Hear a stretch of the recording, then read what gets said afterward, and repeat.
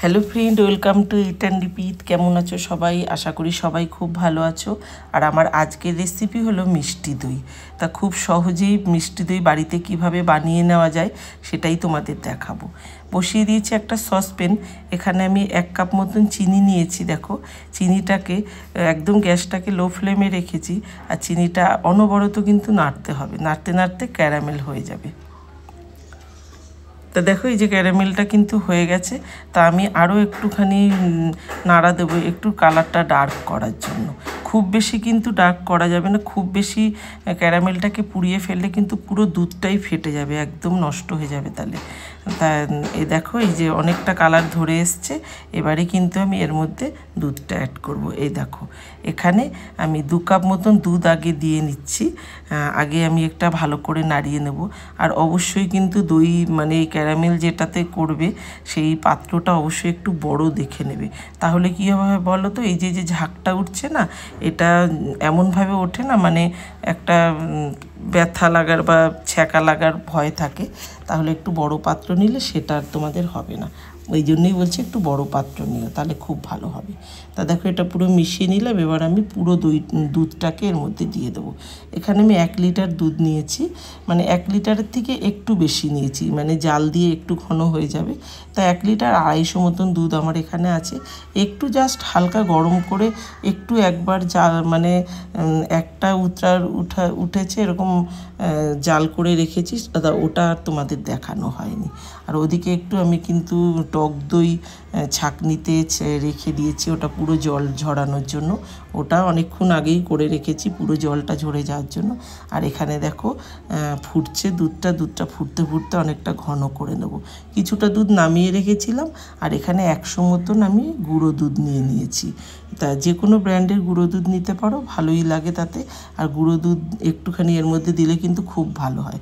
ডাইরেক্টই দুধটা আমি দিতে পারতাম, তাহলে কি হয় বলো তো, অনেকটা লাম্পস ধরে যায়। তার জন্য আলাদা বাটিতে গুলে তারপরে এটার মধ্যে দেবো। দেখো, অনেকটাই কিন্তু আমার দুধটা কমে এসছে জাল করতে করতে। তাই এইভাবে এবার এইটা দেওয়ার পরে আরও অনেকটা কমে যাবে। আর গুঁড়ো দুধ দিলে কিন্তু মিষ্টি দইতে একটু ঘনও হয়ে যায়, আর খেতেও কিন্তু বেশ ভালো লাগে।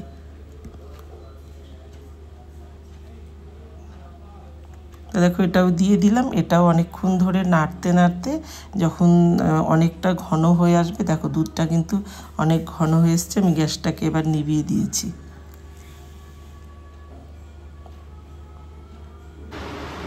নামিয়ে নিলাম। দেখো, এবার আমি একটু ঠান্ডা হবে, তারপরেই কিন্তু আমি টক দইটাকে এর মধ্যে মেশাবো। তা এই যে দেখতে পাচ্ছ, এই ছাঁকনিটার মধ্যে আমি একটু টক দই জল ঝরাতে রেখে দিয়েছি। আর এই যে এই ছাঁকনিটার মধ্যে এই যে রেখে দিয়েছি অনেকক্ষণ, বেশ অনেকটা জল ঝরেও গেছে। তা অবশ্যই জল ঝরানো টক দই দিয়েই কিন্তু করতে হবে। তা একদমই গরম দুধের মধ্যে কিন্তু দই দেবে না, তাহলে কিন্তু একদম খারাপ হয়ে যাবে, নষ্ট হয়ে যাবে, পুরো কেটে যাবে দুধটা। যখন এরকম সহ্য হবে তোমার আঙুলটা দিলে, একদম উষ্ণ উষ্ণ গরম থাকবে, তখনই কিন্তু দইটাকে এর মধ্যে দিতে হবে। আর এই দেখো, দইটা আমি এর মধ্যে দিয়ে ভুলই করেছি। দইটা আলাদা একটা বাটিতে নিয়ে ফেটিয়ে নিলে তাহলে খুব সহজে কাজটা হয়ে যেত।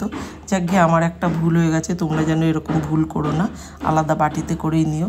তবে আমার এটা অসুবিধা হয়নি, আমি এইভাবে পুরো গুলে নিয়েছি, কিন্তু আমার একটু সময় লেগেছে পুরো দুধ মানে দইটাকে এর মধ্যে গুলাতে, একটু টাইম লেগেছে। তা তোমরা ওইভাবেই করে নিও সহজে। তা ওটা আমার একটু ভুল হয়ে গেছে করতে। তা দেখো কতটা ঝাঁক হয়েছে, এরকম একটু ফেনা ফেনা হলেই না দইটা কিন্তু খুব ভালো হয়।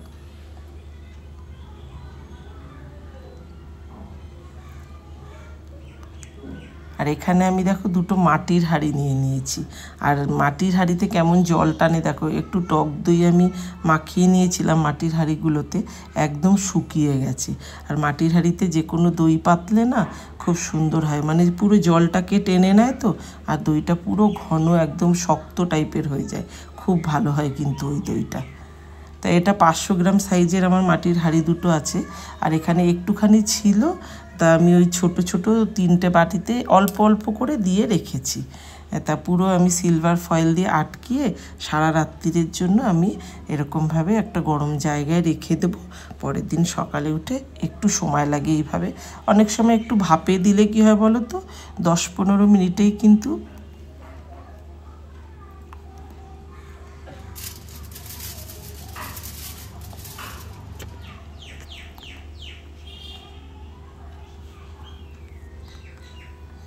অনেক সময় একটু ভাপে দিলে কি হয় বলো তো, 10-15 মিনিটেই হয়ে যায়।